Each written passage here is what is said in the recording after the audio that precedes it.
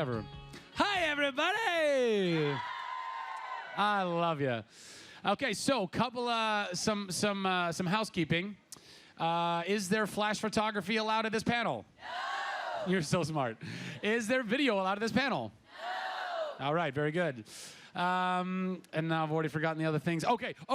So at the end of the panel, I'm gonna get to that. At the end of the panel, we're gonna clap. We're gonna send them off with so much love, right? They're gonna be so great, and we're gonna just give them so much love, right? But right after that, and after they leave, just go ahead and chill, because we're gonna excuse you row by row. So you guys up in the front, you get to hang out the longest, and we'll kind of we'll talk and rub elbows and talk about being zombies and stuff. I don't know, whatever we do. That's the best part, right? Let's be zombies together. That's a good thing. And then also, so who's been to Nerd HQ before? Raise your...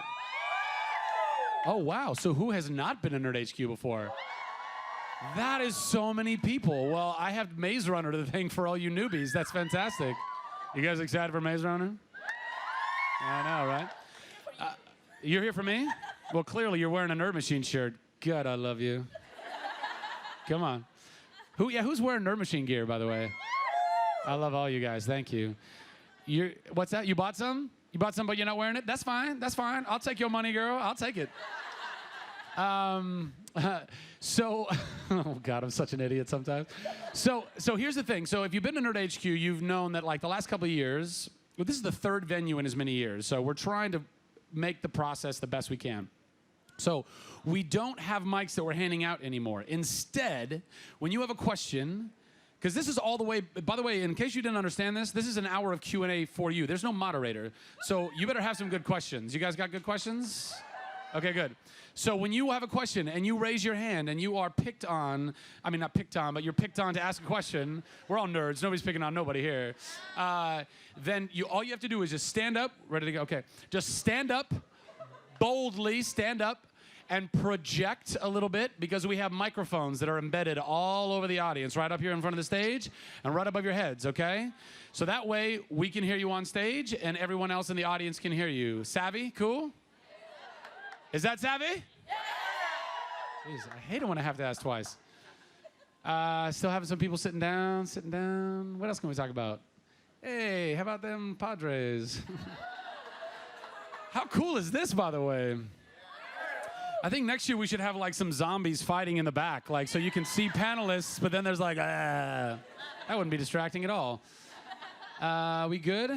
We good? Oh, wow. See, now it's all kicking in. Are you sure that's not going to be too loud? It's so hot. I'm melting. All right, well, you know what? Forget it. I'm going to start this puppy. Who's ready? See, one time out. I love it. Ladies and gentlemen, wait, one second. Yes. Oh, wait, yes.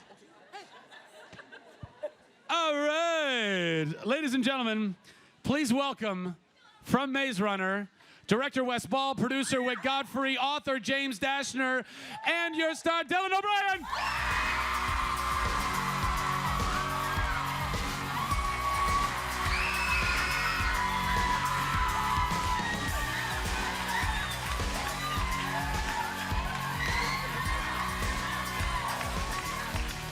Gentlemen, the audience is yours. Yes. He is real. I'm a real human being. I have legs. I can walk. I can breathe. It's weird. Isn't he a handsome man?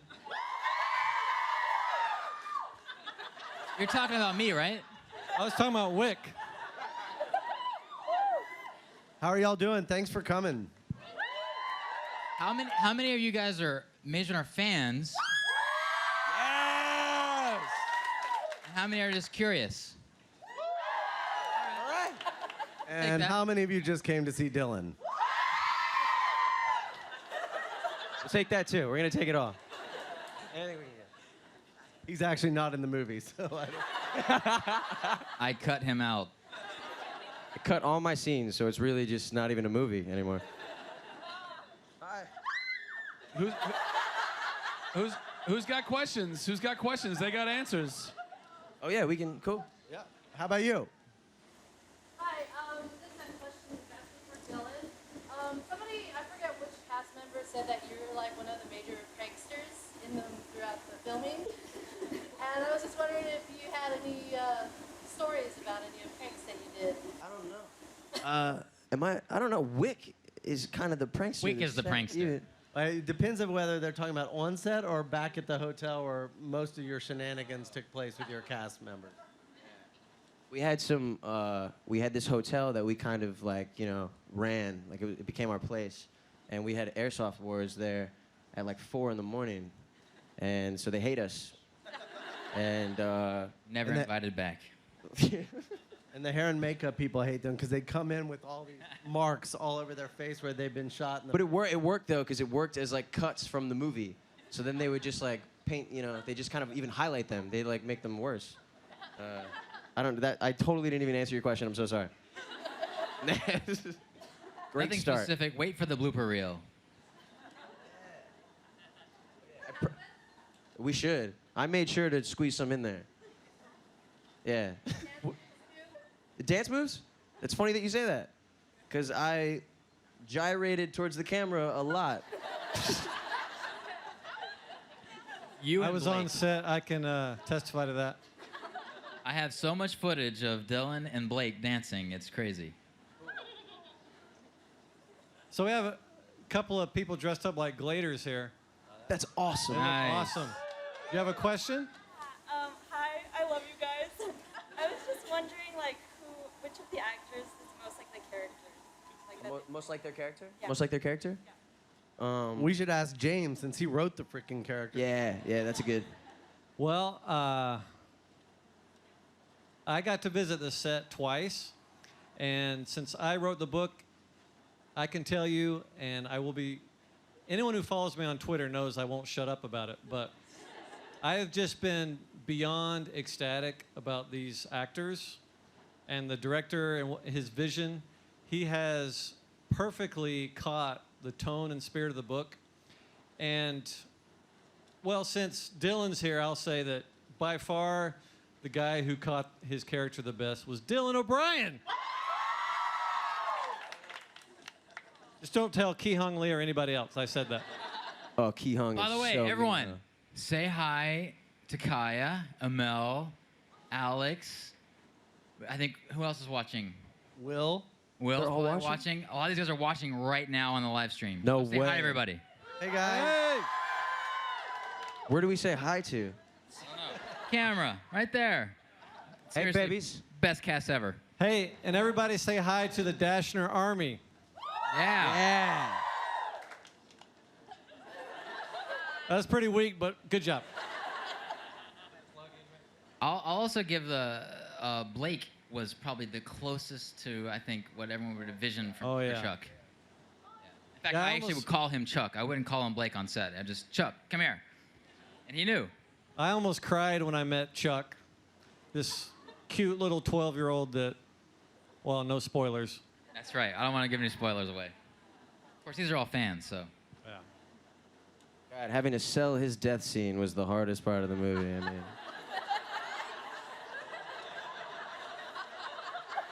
And that was just Friday. Shot that Friday, less than a week ago. Spoiler alert. But the Unless I change it. resurrection scene's really good, too.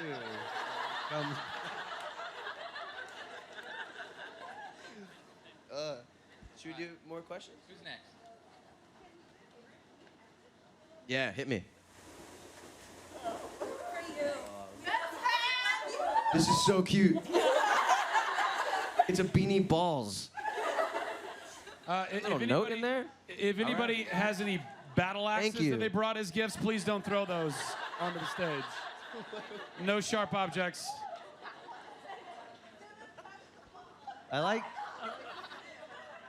that this is a Mets guy wiping his ass with a Padres guy. That's terrible. Who did this? We're here. No one brought me a beanie ball. I'm hurt. Other questions about anything? Or beanie balls. What do you got? What was it like working with writers and then producers and actors to try to get your vision across? You asking me? Well, this has been truly amazing, the best experience of my life, besides, you know, wife, kids, all that kind of stuff. Almost. Hey, they're watching. Hi, kids. Anyway, it's so cool for me on two fronts because I am a huge movie buff and I love movies. So just seeing this birth of a movie from scratch has been amazing. And then, of course, it's based on my book, which just makes it that much cooler. But I've been really thankful that Wes and Wyck and everybody have kept me involved from the beginning, asked my feedback and stuff, even though they didn't really need to. They could have made this about a girl and her pet octopus or something, but instead they have stayed really true to the book, and it's just been an incredible, surreal, amazing experience. Wasn't that good? That was so sweet, man. That was awesome. First, know that I'm a fan of the book, first. And then when I got asked to direct it, I did the best I could to stay true to the spirit. We had to change some stuff here and there, but we tried very hard to stick to what we all liked as fans of the book. So hopefully you'll be happy in 8 months. And as the author, I fully endorse everything. So. Right. That's right. James. They even read have it. Zart the fart in the book. Come on. That's right. Woo. Oh, This really isn't my question, just like an extent. I asked people if they wanted me to ask questions, so I read the book, and I think it's awesome that there's a lot of racial diversity in the book, but the person asked why there was so little gender diversity if they're supposed to be the best and the brightest group, you know, to save the world. Why was there so little gender diversity?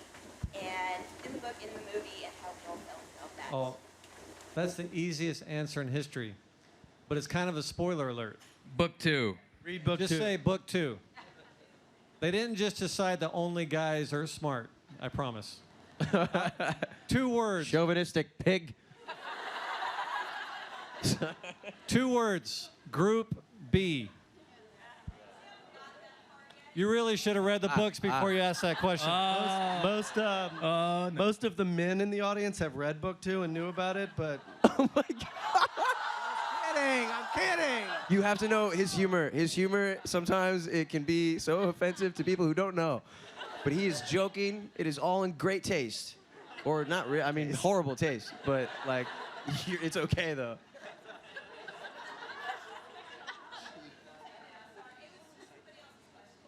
Sure. It's a good question. You just sold a lot of the second book now. Spoiler. Hi. Hi, I've read all the books. Really prequel. And I have a question. Are you going to bring book 2 into the movie, or is it going to stop where Maze Runner ended? That's a Wyck question. When I read the first book, one of the things that I thought was really cool about the book was that you kind of get a taste of the second book. You get the first, I think, 2 or 3 chapters of the second book. And so we basically end the movie exactly where the first book ends, but there's like a shadow probably after the credits that takes you into the second book in the same way that the book that I read took me into the second book. Yeah, we definitely tee it up for the next one. We'll see in 8 months if there's going to be a next one. It's all Everyone up to has you. to come to see the movie. And it's all on you guys. You got to help us promote this thing. It's actually on you, Wes, so you have to make it good. So. Okay. Hey guys, James, this is a question for you. Is there a particular scene that you're looking forward to seeing on the big screen the most after the book? Okay, yeah, she asked if there's a scene I'm looking forward to the most. Yes. And I'll tell you what it is. Which one? All right, I'll tell you what it is. I told Wyck this a long time ago, and his immediate response was, "You're going to love this in the movie." The scene where Thomas and everyone else sees Minho and Albie trying to escape the maze and get back to the Glade before the door is shut. And Thomas, our Dylan right here, does something really insane and stupid and runs into the maze when he's not supposed to. And everything that happens in the next 10 minutes or so in the film is going to be spectacular. You guys are going to love it. Grievers. We'll act them out. That's you. Oh.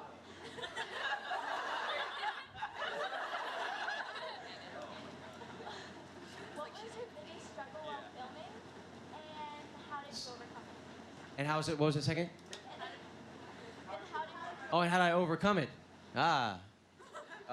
My biggest struggle was staying alive. And I beat Dylan up pretty good on this movie. Yes, he did. Him and the Grievers and the ground. And the way I overcame it was a lot of drugs. That's not true. It was just some of the most exhausting 2 months of my life, and I don't know how I got through it. I will loved say it. it was That's what it is. The passion for the craft. You've got it. From a schedule standpoint, I will say it was one of the most grueling schedules I've ever been involved in. And Dylan worked every day, beginning of the day to the end of the day, 14 hours, 15 hours, and it's a very physical role. And we had a little ongoing thing where he would do something very physical, he would hurt himself, and initially in the beginning of the movie, I would always go, get the medic, call the medic. And the 18 medic- people. Medic. Take two. Go again. And Dylan has this pride thing, so because he's an actor, and he would immediately be like, I don't need the medic. Just get her out of here. I don't need her. I'm fine. And so, after about 2 weeks of calling the medic, because I was more worried about whether our actor was going to be able to work tomorrow, I was just stop. I'm not calling the medic anymore. If he has, and so finally, we got into this rhythm where we'd sit there and Dylan would be like, oh man, I'm tired. I'm like, you want me to call the medic? You want me to call the medic? So I thank God he never really got hurt, because nobody would have called the medic and he would have bled to death. Yeah, just died immediately. Yeah, it was very tiring, but it was so much fun and the coolest thing I've ever gotten to do. So, yeah, that's how I got through. The other funny thing that he used to do is someone would walk up to him and they'd be like, oh my gosh, this has been a really hard day for you. And he'd be like, well, does this person know that every day is a hard day for me? Wow, they're really like Storm back. running you today. Yeah. I'm like, it's 8 weeks into the movie. That's all I do in the The movie's called Maze Runner, so. Not Maze Walker. Yes, there's a whole plethora right there. I don't know how to. Ask away. Go, anyone, just go for it. Yes. Well, first of all, I have two girls, my friends right here, who have signs for you, Dylan. Oh. Hold them up. Yeah, let's see them. Oh, it's blank. Oh, there it is. Wow. So like touching my. I signed that. Put us in the Shucky movie. Nice. And then my question is for you, Dylan. What's it like from going to making YouTube channels as a kid to, well, Teen Wolf and then, to this? Yeah, it's a trip. I don't know. I think about it a lot.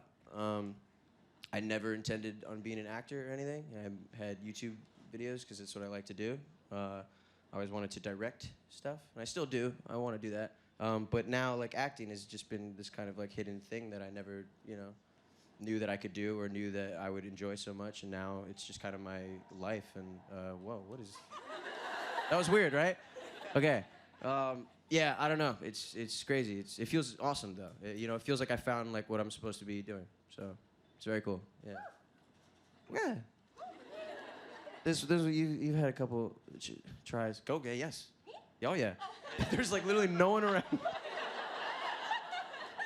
nervous. No, go ahead. I have a question for you. What was your inspiration to write The Maze Runner? The inspiration for The Maze Runner. Well, there were a couple of books I really loved when I was in high school. One was called Lord of the Flies. And the other was called Ender's Game. It's amazing how you guys scream and then just cut off at the same time. It's kind of spooky, actually. I love those two, and you'll definitely, you those of you who've read it, you see elements of that. All these teenagers being stranded somewhere, and then also this concept of a boy, a young, handsome boy like Dylan, being sent to this strange world where he's very uncomfortable, and then lots of really bad things happen to him. It's Comic-Con. No. Oh, whoa! We made the same joke? What'd she say? At the same time, we made the same joke. Oh, whoa. You guys should totally get married. We're in sync. That's where. Who was it? What happened? But it was. Where was it? What was Where the did it come- joke? There it is. That's why you guys are all like, what is he talking about? He's hearing things. All right, sorry, James, keep But going. just when I wrote The Maze Runner, this may be embarrassing, but I had never heard nor did I know the meaning of the word dystopian. But I'm glad that I've kind of been lumped with that because it's helped a lot of people find my books. And Dylan, things get way worse in book 2, so Get prepare yourself. ready.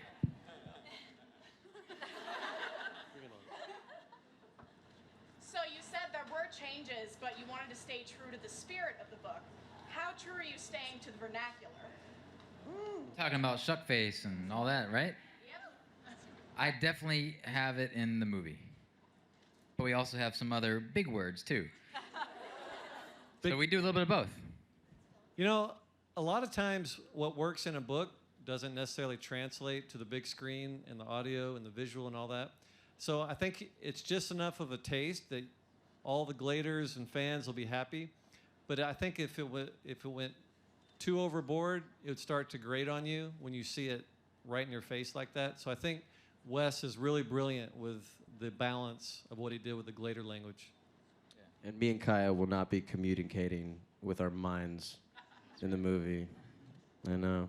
It'd be really cheesy They for tried. Dylan's face to be there and Yeah. voice in the background. Yeah, we were talking about like what that'd be like to shoot that of us just looking at each other.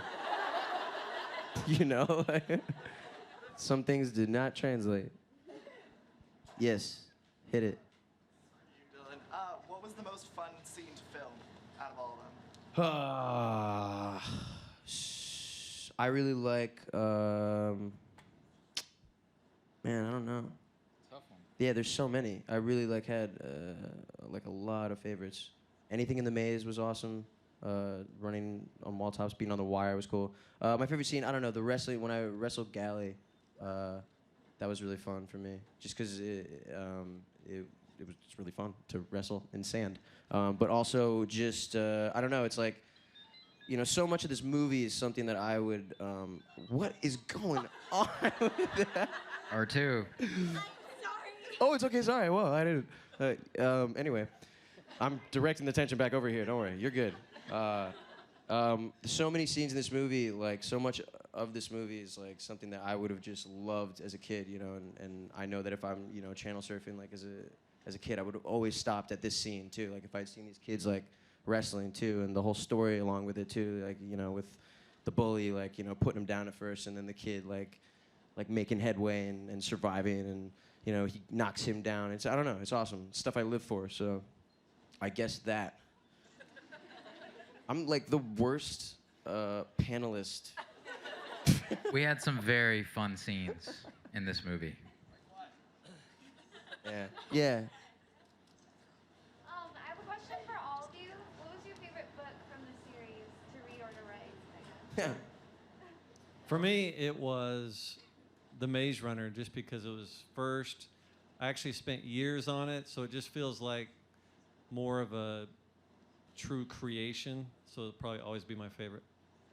I think me too. I think The Maze Runner, because the idea that I fell in love with was just this idea that you come up in this box, you don't have any of your memories, and the whole story is about, like, who am I?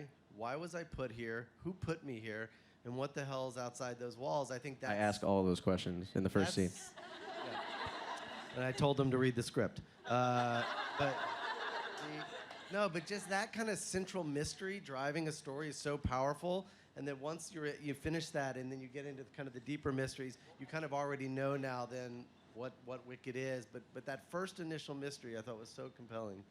Yeah, Maze Runner for me, because I'm obsessed with it. That's all I'm thinking about right now is Maze Runner. So that's the one right now.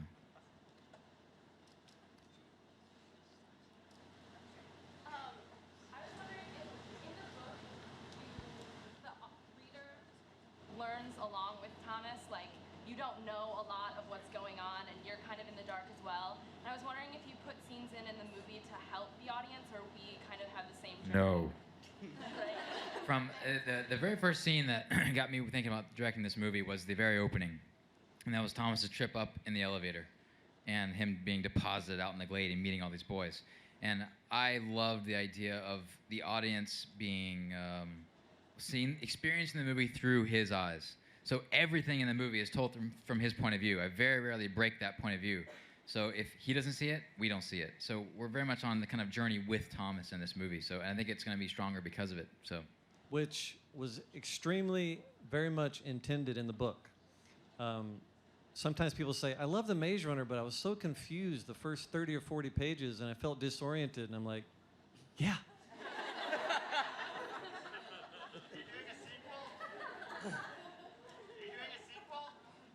A sequel? What about it? Are you doing one? A sequel to the... Like a movie sequel. Oh, Yes, absolutely. it's called The Scorched Trial. Sorry. We don't know. This one is a buy tickets. yeah, go buy tickets. Buy a lot. Buy 2 or 3. Who's going on opening night? That's the How much is that in box office right there? We'll probably give out free tickets. And We just might make it. nothing. Go ahead. Yeah. Dylan, I'm sure you're going to be awesome as Thomas, and I'm really looking forward to it. But if you could play any other literary character, do you have anybody you would love to play? What is literary? Thanks. Catcher in the Rye was like one of my favorite books in high school. So Holden Caulfield probably. Yeah. That's such BS. He told me Edward before the show started.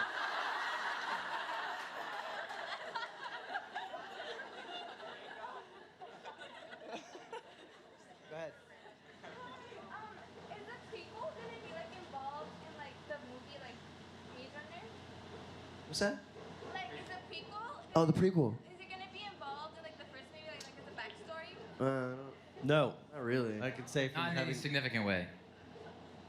But not that we didn't use. We read all the books, and any changes that we made were influenced by what we learned throughout the entire mythology. So, if it's in there, it's just because it's in our brains already.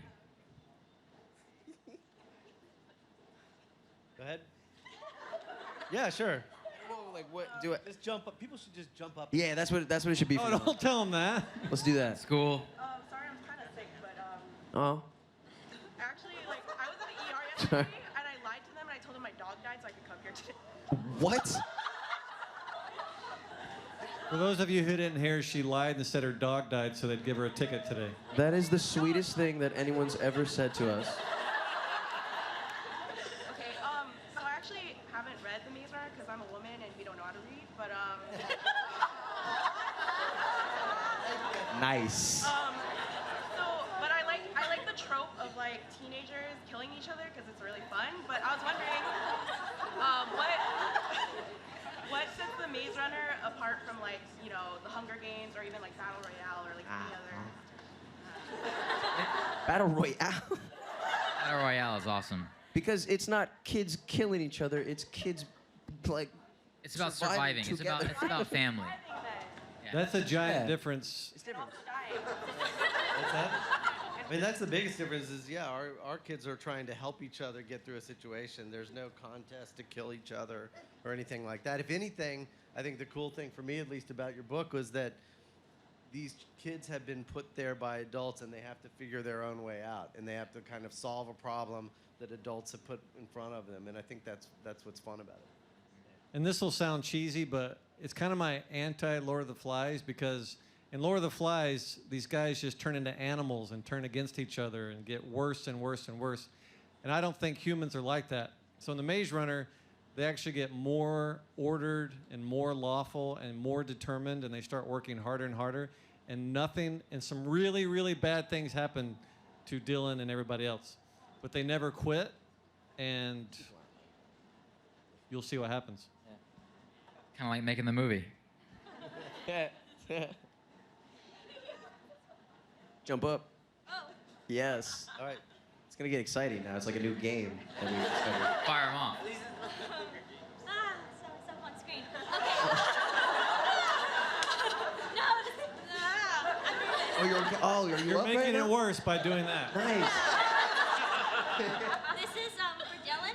I know you're in a very popular show on MTV, Teen Wolf, and you actually played the friend of the lead. And in this movie, you play the lead. How do you feel doing something different? I mean, changing your whole. Yeah.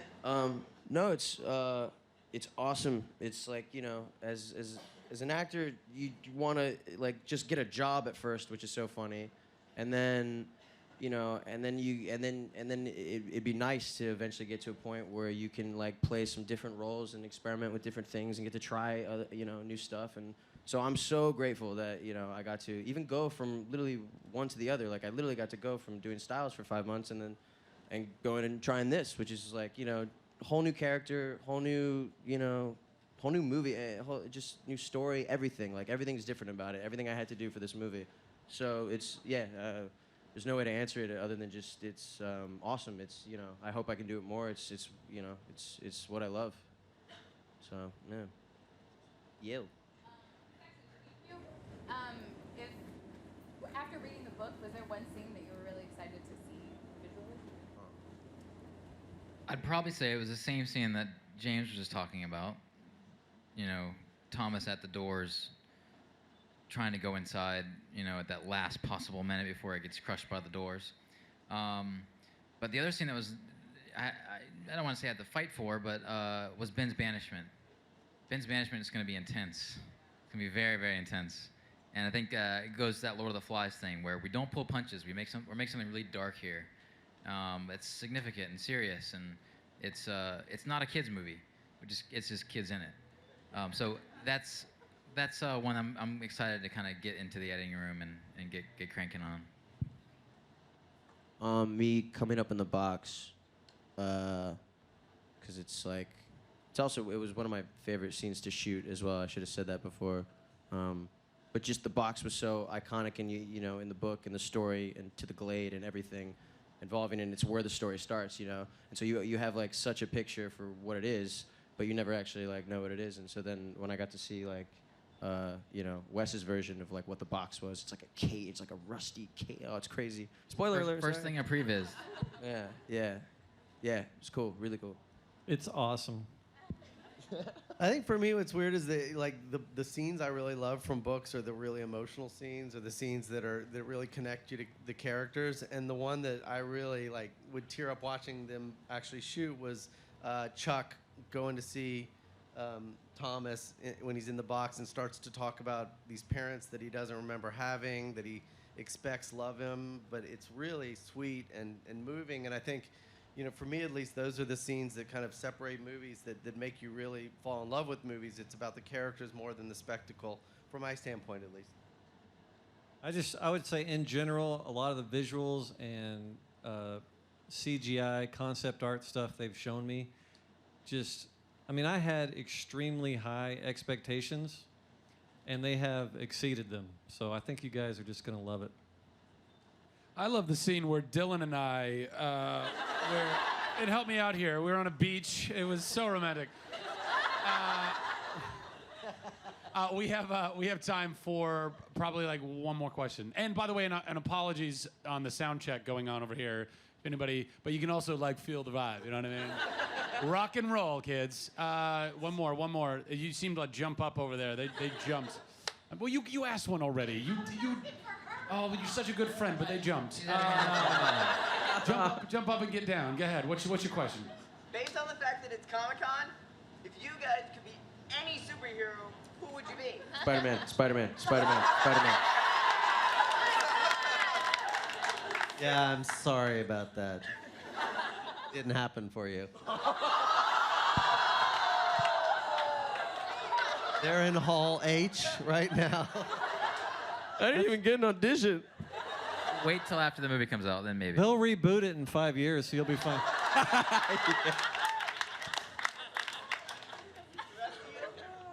I'd be Superman, because he can do anything. He can even throw a shield off of his chest and like trap people in it, which makes no sense. You guys are all too young to have seen the original one. Never mind. I liked Aquaman. I was a big swimmer. Aquaman. I like swimming around underwater. I know I was lame. I was a lame superhero. I'm gonna be kind of lame, but I always thought I don't even know if he is a superhero, but the Rocketeer. Yeah. I think that needs to be remade anyway. That'd be sweet. But he's not a superhero. He's just a regular guy who does his thing, and but that's kind of the obvious choice. I was gonna go there. Plus, everyone says Batman's so awesome because he doesn't actually have powers. But seriously, if you were choosing and could be any of them, why would you choose to be the guy who has no powers? I'd be Superman.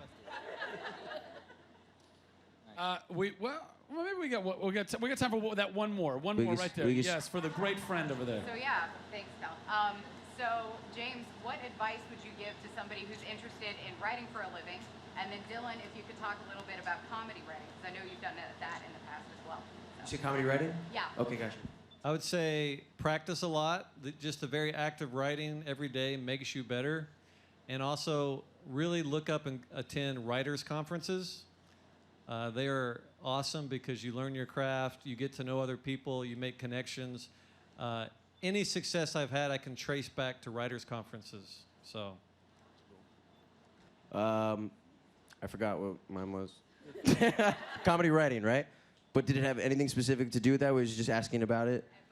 Advice. Well, the most important thing is what James said, and it's the hardest thing to do as a writer, to actually be a writer, writing every day. I still cannot cross that plateau. I mean, it's just because it can be the most infuriating and frustrating and just degrading, miserable. Sorry, this is horrible. Not that bad.